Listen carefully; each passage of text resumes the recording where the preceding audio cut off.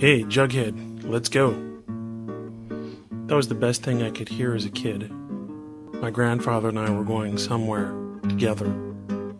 On Wednesday afternoons and Sundays, this meant we were going to church. I remember wooden pews, my grandfather kneeling, his rosary beads, head bowed, speaking inaudibly except to himself. I learned a lot by watching him. We moved out of my grandfather's house. The world seemed so broken, so strange, and so empty. I've never felt so alone as I did when we left my grandfather. As time passed, things seemed to be getting worse. I started hearing a voice calling my name. I'd sort of look around and nobody was there. This went on for months, and I was sure that I was going crazy. But the really strange thing, the thing that really seemed crazy, was that nobody noticed. My grandfather was visiting one day when I heard someone call my name. I looked around and no one was there except my grandfather, and he was sitting silently.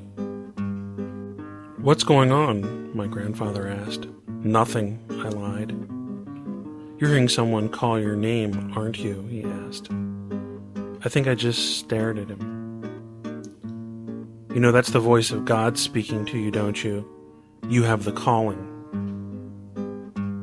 This was a pretty confusing and profound thing for a 9-year-old who thought he was crazy to understand. After all, why would God want to talk to me? My grandfather had had the same experience when he was little.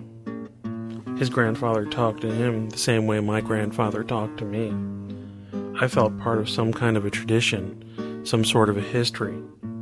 Most of all, I just felt relieved. But my grandfather went on to explain that the calling is both a blessing and a curse.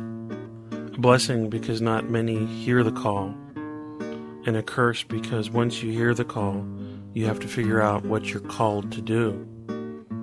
I didn't quite understand, but I was glad I wasn't crazy. As the years passed, we would talk. He would share his insights and give me things to think about. He was sharing this journey with me. When I was 16, he died. Out of 33 grandchildren and 12 great-grandchildren, I was the only one that had something left in his will. 3 small items: his rosary beads, a copy of the Disarada, and a black plastic Buddha.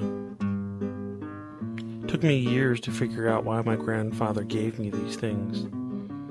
Now I understand my grandfather's words. "Hey, Jughead, let's go."